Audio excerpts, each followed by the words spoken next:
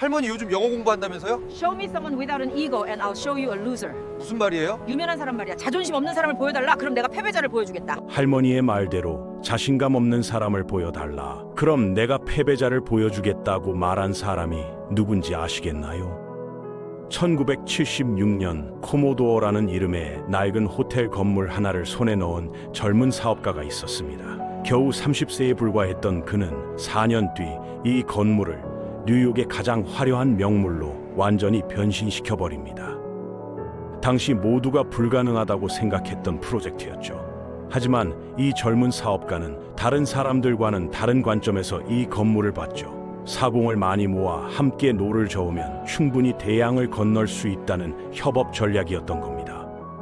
그의 대담한 시도는 미국 부동산 시장의 판을 완전히 바꿔놓기 시작했죠. 그는 하얏트 호텔과의 파트너십을 통해 이 건물을 완전히 리모델링했으며 1980년 9월에 그랜드 하얏트 뉴욕 호텔로 재개장했습니다. 이 프로젝트는 당시 재정 위기를 겪던 뉴욕시로부터 40년간의 파격적인 세금 감면 혜택을 받으며 진행되었습니다. 불가능해 보였던 것을 현실로 만든 미국 부동산 재벌의 기적 같은 시작. 오늘은 미국 우선주의를 내걸고 45대에 이어 2024년 47대 대통령으로 컴백한 도널드 트럼프의 성공 경영 스토리를 전해드리겠습니다. 트럼프는 1946년 태어날 때부터 부유한 집안의 아들이었습니다. 뉴욕의 위대한 부동산 사업가 프레드 트럼프가 아버지였거든요. 하지만 여기서 중요한 점은 단순히 부자의 아들로 태어났다는 것이 아닙니다. 아버지 프레드 트럼프는 엄청난 교육 철학을 가진 사업가였다는 겁니다. 아버지는 아들이 돈 때문에 나약해지길 원하지 않았습니다. 오히려 고생 속에서 단단하게 성장하길 바랐던 것이죠. 학교에서 말썽을 부린 13세의 어린 트럼프를 뉴욕 군사학교로 보낸 것도 바로 이런 교육 철학 때문이었던 겁니다. 아마도 트럼프가 일진이었나 봅니다. 학교 폭력이 커져 교사까지 폭행하는 학생이었죠.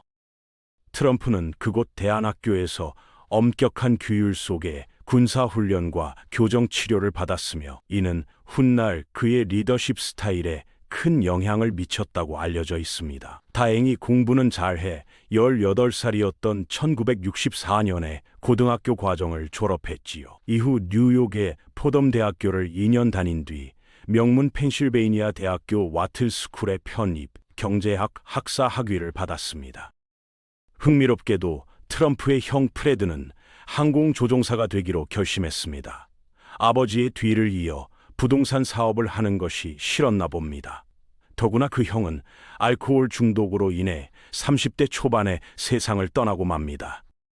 이렇게 되면서 도널드 트럼프가 아버지의 거대한 부동산 제국을 물려받게 될 유일한 후계자가 됩니다. 이것은 운명적인 순간이었습니다. 왜냐하면 만약 형이 살아있었다면 그의 역사는 완전히 달라졌을 수도 있기 때문이죠. 펜실베이니아 대학교의 와튼 경영대학원을 졸업한 트럼프는 아버지의 부동산 사업에 본격적으로 들어섭니다. 이때 그는 아버지로부터 약 100만 달러 정도의 초기 자본을 받았는데요. 당시 기준으로는 매우 큰 돈이었습니다. 이것이 진정한 의미의 상속이 아니라 투자라는 점을 트럼프는 잘 알고 있었다고 합니다. 아버지는 아들이 이 돈으로 얼마나 큰 사업을 만들어낼 수 있는지 보고 싶었던 것입니다. 그것은 일종의 시험이자 동시에 신뢰였습니다. 낙후된 건물을 수리하는 방법부터 시작해서 임대차 용금 조달, 토지 및 건물의 법적 문제 해결, 그리고 사람 관리에 이르기까지 부동산 개발 시장의 모든 것을 학습하게 된 것입니다. 이것은 아버지가 만들어준 최고의 경영학 교육이었습니다. 어느 대학원도 줄 수 없는 실전 교육이었던 거죠. 그리고 1971년 트럼프는 아버지의 회사를 인수받아 트럼프 오거니제이션이라는 새로운 이름으로 출발하게 됩니다. 당시 트럼프의 나이는 불과 25세 정도였거든요. 이렇게 젊은 나이에 거대한 부동산 제국의 경영자가 되었던 것입니다. 그의 아버지 프레드 트럼프는 이를 보면서 자신이 선택한 후계자가 올바른 선택이었음을 깨달았을 것입니다. 여기부터가 가장 중요한 순간입니다. 트럼프는 아버지가 주력했던 브루클린과 퀸즈의 평범한 주택 사업에서 눈을 돌렸거든요. 대신 뉴욕의 심장, 맨해튼의 고급 부동산으로 시선을 옮깁니다. 이것은 단순한 사업 방향 변화가 아니었습니다. 이것은 그가 부동산 재벌로서 진정한 성공을 거머쥐기 위한 대담하고 과감한 도박이었던 것이죠. 아버지는 이미 브루클린과 퀴즈에서 안정적인 수익을 얻고 있었습니다. 하지만 트럼프는 생각했습니다. 안정은 실패가 아니지만 위대함도 아니라는 것을 말입니다. 그가 선택한 맨해튼은 뉴욕 부동산의 최고 중추 지역이었습니다. 여기서는 부동산 가격이 엄청나게 비싸고 경쟁도 치열했습니다. 또한 프로젝트 하나가 실패한다면 아버지의 재산 전체가 위험에 빠질 수도 있는 곳이었습니다. 하지만 그 위험과 도전이 바로 트럼프를 매혹했던 것입니다. 그는 평범한 장사꾼이 아니었습니다. 그는 새로운 역사를 만드는 사업가가 되고 싶었던 거죠. 이것이 바로 트럼프 경영 철학의 첫 번째 원칙입니다. 그는 항상 말했습니다. Think big. You are going to be thinking anyway. So think big. 즉, 크게 생각하라는 것입니다. 어차피 생각을 할 거면 작은 것을 생각할 게 아니라 큰 것을 생각하라는 거죠. 이것이 바로 트럼프가 브루클린 퀴즈 지역의 소규모 주택 사업에서 벗어나 맨해튼의 럭셔리 부동산으로 눈을 돌린 이유였던 것입니다. 트럼프의 첫 번째 대형 프로젝트는 코모도어 호텔이었습니다. 당시 이 호텔은 낡고 낙후되어 더 이상 가치가 없다고 여겨졌거든요. 누군가는 철거하거나 방치하는 게 맞다고 생각했을 겁니다. 하지만 트럼프는 다른 가능성을 봤습니다. 그는 생각했습니다. 이 건물의 입지는 좋다. 위치가 뉴욕의 황금 지점이다. 그렇다면 낡은 외관만 벗겨내고 현대식으로 완전히 개조하면 어떨까? 이것이 바로 트럼프 방식의 부동산 개발 철학의 첫 시작이었습니다. 그는 경험 많은 건축가들과 협력했습니다. 낡은 호텔의 기초를 유지하되 모든 것을 새로 설계했던 것입니다. 이것은 건설 산업에서도 매우 어려운 도전이었습니다. 완전히 새로 짓는 것보다 오래된 건물을 개조하는 것이 더 복잡했거든요. 구조적 결함이 나타날 수 있고 예상치 못한 비용이 발생할 수 있었습니다.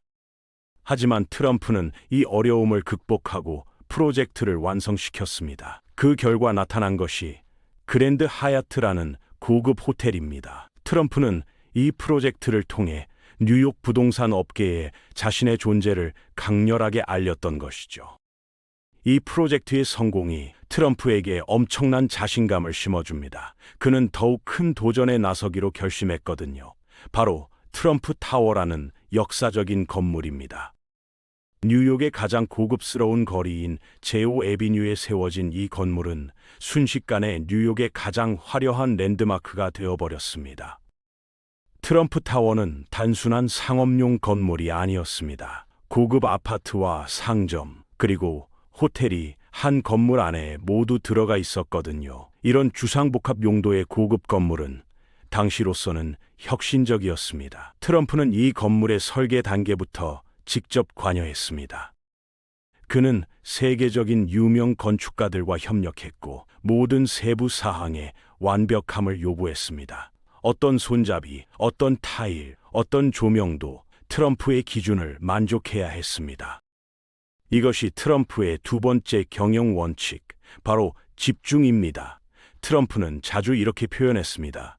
집중, 즉 포커스는 팔로우 원 코스 언틸 석세스펄, 즉 성공할 때까지 한 길을 따르는 것이다 라고 말이죠. 트럼프 타워를 건설하는 동안 그는 이 프로젝트에만 온전히 집중했습니다. 다른 어떤 유혹도, 다른 어떤 제안도 그의 집중력을 흔들 수 없었던 것입니다. 성공에 도달할 때까지 그는 오직 한 길만 갔던 것이죠. 1983년 3월 58층 높이의 트럼프 타워가 뉴욕 맨해튼 5번가에 준공되었을 때 뉴욕은 경악했습니다. 세계의 수도라는 뉴욕에서조차 이렇게 아름답고 세련된 건물을 본 적이 없었기 때문입니다. 트럼프 본인도 이곳 상층부에 거주했고 이 건물은 그의 상징이 되어버렸습니다. 금색으로 화려하게 장식된 내부와 인공 폭포가 특징인 이곳은 지금까지도 뉴욕의 최고급 주상 복합 건물로 꼽히고 있거든요. 이 건물은 단순한 부동산이 아니라 트럼프의 성공을 상징하는 기념비적인 건축물이 되었던 것입니다. 뉴욕에서 거둔 성공에 만족하지 않은 트럼프는 미국 전역으로 사업을 확장해 나갑니다. 애틀랜틱 시티의 카지노, 라스베이거스의 럭셔리 호텔, 시카고의 고급 콘도미니엄 등 그의 이름이 붙은 건물들이 미국 곳곳에 들어서게 되는 겁니다. 이것은 단순한 지역 확장이 아니었습니다. 이것은 트럼프 브랜드를 전 미국으로 확대하겠다는 전략이었던 것이죠. 특히 라스베이거스의 트럼프 호텔과 카지노는 매우 중요한 의미를 가졌습니다. 왜냐하면 이 프로젝트를 통해 트럼프는 자신의 이름만으로도 막대한 자본을 조달할 수 있는 사업가임을 증명했기 때문입니다. 그 이후 돈 냄새 잘 맡는 금융기관들은 더 이상 트럼프를 초기 사업가로 보지 않았습니다. 그는 이미 증명된 성공 실적을 가진 신뢰할 수 있는 파트너였던 것이죠. 골프장도 지었고 리조트도 만들었습니다. 플로리다, 캘리포니아, 뉴저지 등 미국의 주요 도시마다 트럼프를 브랜드로 한 고급 시설들이 생겨났습니다. 그는 더 이상 한두 개의 프로젝트로 만족하는 사업가가 아니었습니다. 한 번에 여러 개의 대형 프로젝트를 동시에 진행할 수 있는 능력을 갖춘 진정한 글로벌 사업가가 되어 있었던 것입니다.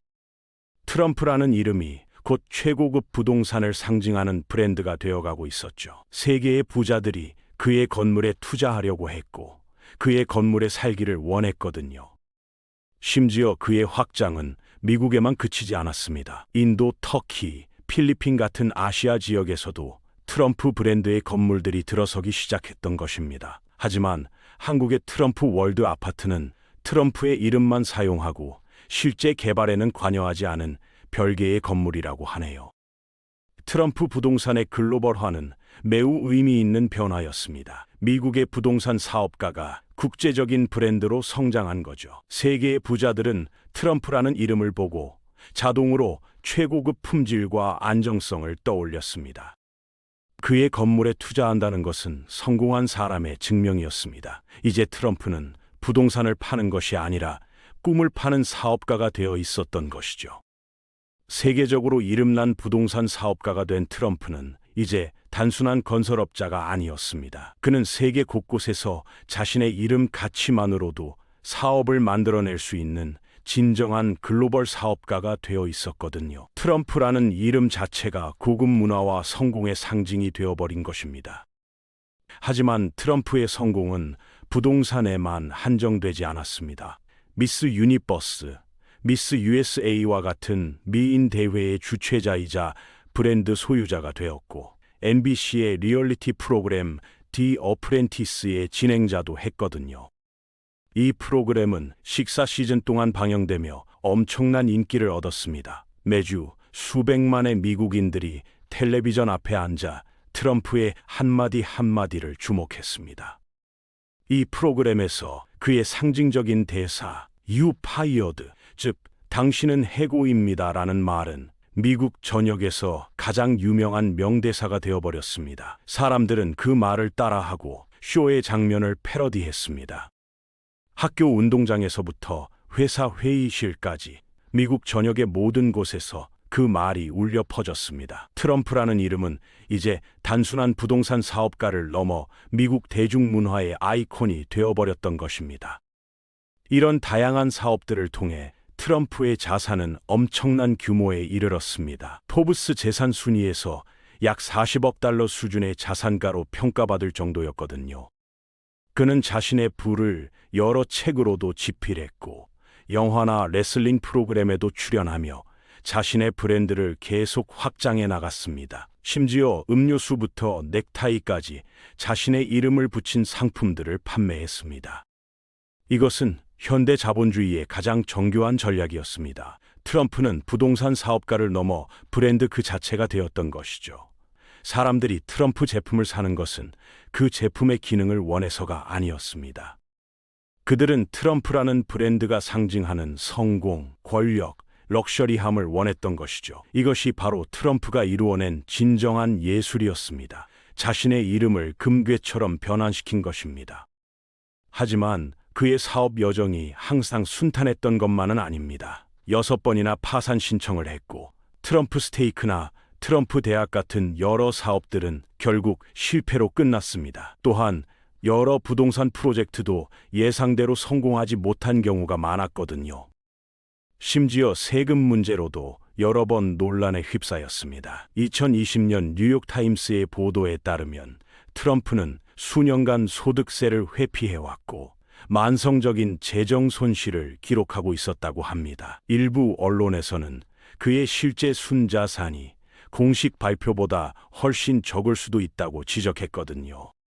그럼에도 불구하고 그가 부동산 재벌로서의 위상을 잃지 않을 수 있었던 이유는 과연 무엇일까요? 그것은 바로 그의 회복력과 끈기입니다. 트럼프는 실패해도 계속 일어서서 새로운 프로젝트를 만들어내는 능력을 가진 사업가였거든요. 파산을 경험한 다른 사업가들이 은퇴하거나 저평가받을 때 트럼프는 오히려 더 큰 도전을 시작했습니다. 이것은 단순한 낙관주의가 아니었습니다. 이것은 자신의 능력에 대한 깊은 확신이었던 것입니다. 여기서 주목할 점은 그의 세 번째 경영 철학입니다. 트럼프는 이렇게 말했습니다. Show me someone out on ego, and I show you a loser. 즉, 자존심 없는 사람을 보여달라. 그럼 내가 패배자를 보여주겠다는 뜻입니다. 이것은 단순한 오만이 아닙니다. 이것은 자신감이 사업 성공의 가장 중요한 요소라는 철학이었던 거죠. 실패 앞에서도 자신의 가치를 믿지 않는 사람은 절대 성공할 수 없다는 신념이었습니다. 파산을 6번 경험했음에도 불구하고 그는 자신의 가치를 의심하지 않았습니다. 그는 하나의 프로젝트가 실패하면 그것을 통해 배우고 더 나은 방식으로 다시 도전했습니다. 이렇게 실패를 극복하는 능력, 이것이 바로 그가 수십 년간 부동산 시장에서 영향력 있는 인물로 남을 수 있었던 진정한 비결이었던 것입니다. 자존심이 곧 경험이 되고 경험이 곧 성공으로 이어지는 순환 구조를 만들어낸 것이죠. 또한 트럼프는 언론을 잘 활용하는 능력도 뛰어났습니다. 그의 프로젝트들이 언론에 자주 등장했고 그의 이름이 신문 헤드라인을 장식했습니다. 이를 통해 그는 실제 건설 규모보다 훨씬 큰 이미지의 사업가로 대중에게 각인되었거든요. 그는 자신의 건물을 마케팅할 때 단순히 개발자의 입장에서 설명하지 않았습니다. 대신 그는 자신이 만드는 건물이 뉴욕의 랜드마크가 될 것이라는 비전을 제시했습니다. 그리고 언론은 이 메시지를 증폭시켜 전 국민에게 전파했습니다. 이렇게 되면서 트럼프의 건물은 단순한 부동산이 아니라 뉴욕의 자랑이자 미국의 우월성을 상징하는 것으로 인식되기 시작했던 것입니다. 실패도 많았고 논란도 있었지만 부동산 재벌로서의 그의 성취와 영향력은 부인할 수 없습니다. 낡은 건물을 화려한 명물로 만드는 그의 능력, 새로운 시장을 개척하는 그의 대담함, 그리고 실패 속에서도 다시 일어서는 그의 회복력, 이것들이 모두 합쳐져서 도널드 트럼프라는 부동산 재벌의 전설을 만들어낸 것입니다. 그는 단순히 건물을 짓는 사람이 아니었습니다. 그는 꿈을 건축하는 사람이었던 것이죠. 그의 경영 철학을 3가지 명언으로 요약할 수 있습니다. 첫째는 Think Big입니다. 어차피 생각할 거면 크게 생각하라는 것이죠. 이것이 그를 평범한 주택 사업에서 맨해튼의 럭셔리 프로젝트로 이끌었습니다. 둘째는 Focus Follow One Course Until Successful입니다. 성공을 이룰 때까지 한 길을 끝까지 가라는 의미죠. 이것이 트럼프 타워 같은 완벽한 건축물을 만들게 했습니다. 셋째는 Show me someone without an ego and I show you a loser입니다. 자신감과 자존심이 있어야만 성공할 수 있다는 뜻입니다. 이것이 그를 6번의 파산에서도 다시 일어나게 만들었던 것입니다. 부동산으로 시작해서 엔터테인먼트로 확대하고 다시 정치로 진입하게 된 그의 인생. 그 모든 것의 기초에는 뉴욕의 낡은 모텔 건물을 현대식 고급 건물로 탈바꿈시킨 능력이 있었습니다. 크게 생각하고 집중하고 자신을 믿는 것.